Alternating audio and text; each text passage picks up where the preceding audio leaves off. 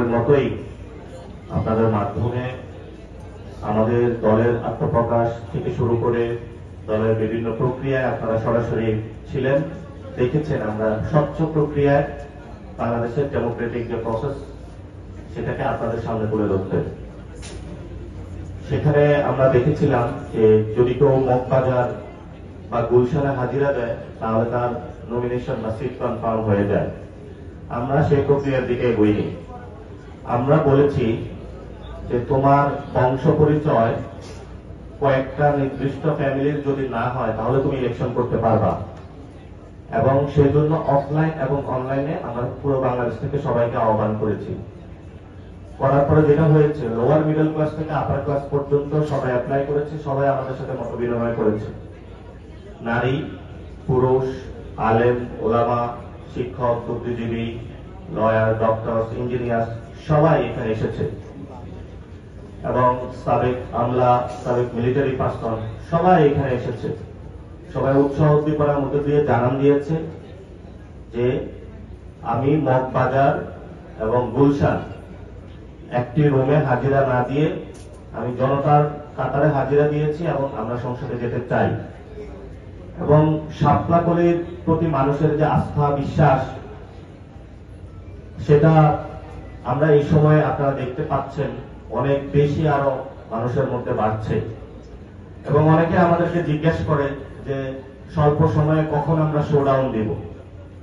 তো আমরা হলো শোডাউন তো আসলে হুন্ডা বা গাড়ি বহর এগুলো নিয়ে দিতে চাই না।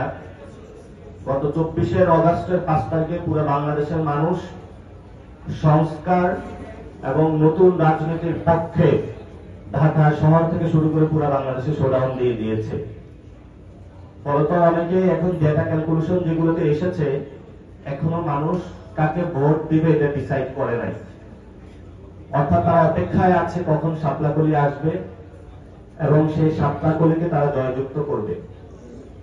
এবং আমরা 2 দিনে যেটা করেছি, প্রত্যেক পার্সনের সাথে 1-to-1 কথা বলেছি এবং এটা ইনশিওর করার চেষ্টা চালিয়েছি যে যাতে কেউ 24 ইলেকশন করেছে এমন কেউ নমিনেশন না পায়। জাতীয় পার্টি অবশ্যই একটা ভূমিকম্পের আতঙ্কের পরিস্থিতি সৃষ্টি হয়েছে। সরকার এই বিষয়টি খুব সুন্দরভাবে হ্যান্ডেল করেছে এবং তা একটার পর একটা পদক্ষেপ নিচ্ছে। আমরা সরকারকে বলবো, আমরা আসলে কোন সময় ভবন হেলে মারা যাই এই নিশ্চয়তা আসলে ঢাকা শহরে নাই। এই জন্য আপনারা একটু প্রিকশনলি মানুষকে জানাবেন। এখন সায়েন্সের যুগ, কখন ভূমিকম্প হবে বা নিরাপত্তা বিধান, জনসচেতনতা প্রচার করা টেলিভিশন মিডিয়াগুলোর মাধ্যমে, এগুলো আমরা এখনো সরকার থেকে পাইনি। ফলত এই জায়গা আমাদের উদ্বেগের জায়গা রয়েছে এবং ভবিষ্যৎ বাংলাদেশে আমরা একটি সুন্দর, ক্রেডিবল, গণতান্ত্রিক পরিবেশ নিশ্চিত করতে চাই। আপনারা জানেন দেবিদ্বারে আমাদের যে হাসনাত আব্দুল্লাহ গণ অভ্যুত্থানের অন্যতম নায়ক, তার বংশ পরিচয় নিয়ে বিএনপির একজন ক্যান্ডিডেট কথা বলেছে। তো যাদের বংশ পরিচয় চাঁদাবাদী, যাদের বংশ পরিচয় সন্ত্রাস, যাদের বংশের সাথে লেগে রয়েছে দুর্নীতি, তারা আবার আমাদেরকে জিজ্ঞেস করে আমাদের বংশ পরিচয়। আমাদের বংশ পরিচয় তাদেরকে জানানোর জন্য স্পষ্ট বলছি, এই শীতের রাতে চাদর নামিয়ে একটু কান খুলে রাখুন। আমাদের বংশ পরিচয়, আমরা বাংলাদেশে একটি সংস্কারের বংশ চাই। আমাদের বংশ পরিচয় হলো এমন একটি বংশ যারা বাংলাদেশে চাঁদাবাজি চায় না। আমাদের বংশ পরিচয় হলো তারা বাংলাদেশে যারা দুর্নীতি চায় না।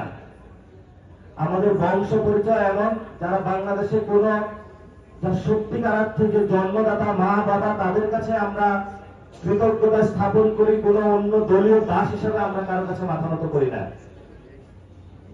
এগুলো যে সংস্কৃতি আপনারা মাঠে নিয়ে আসছেন, এই সংস্কৃতির মনোজগৎ আপনাদের পরিবর্তন করতে হবে।